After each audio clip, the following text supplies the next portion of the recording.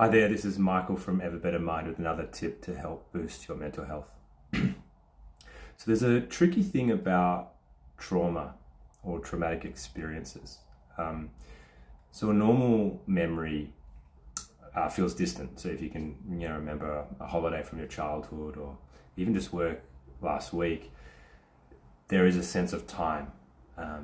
There's a sense of a gap in between. The memory isn't as pointed, it's more dull. You realize it's in the past, like it's easy to identify. The thing with trauma is that for whatever reason your mind packages it in a way where there's no sense of time.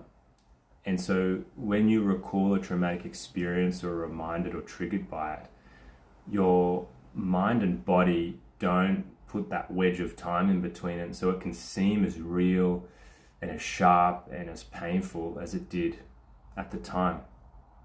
There's this idea of the body keeps the score, and I find it really resonates with me because when I'm reminded of some traumatic experiences in my life, I feel it. I feel it in my stomach. I feel it in my whole body, but I really feel it in my stomach. And I kind of collapse. I kind of go inward.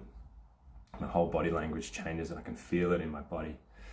It's really tough, and I've learned since that part of it is that reason that your mind and body can't distinguish between then and now, and that's part of why it feels so real. I guess the big question is, well, what do you do with it? Immediately, if you feel that coming on, I think first step, being aware of it is, I think, a big jump. So being aware of things like this, I think, are really useful. Being aware that you're feeling the way you are is step one. Step two is to regulate yourself. So that means doing some breath work, doing some mindfulness practices, or getting some exercise, light exercise, going for a walk, or any type of exercise is a really good next step. In the long term, you basically need to do the hard work of dealing with your traumatic experiences so that you can help put a gap, to help your mind and body understand that was then and this is now. And you can kind of do that with a professional. You need to do that with a professional, but they can help you unpack these painful experiences in a way that it kind of minimizes. You never get rid of it, but you kind of minimize the impact on you, hopefully.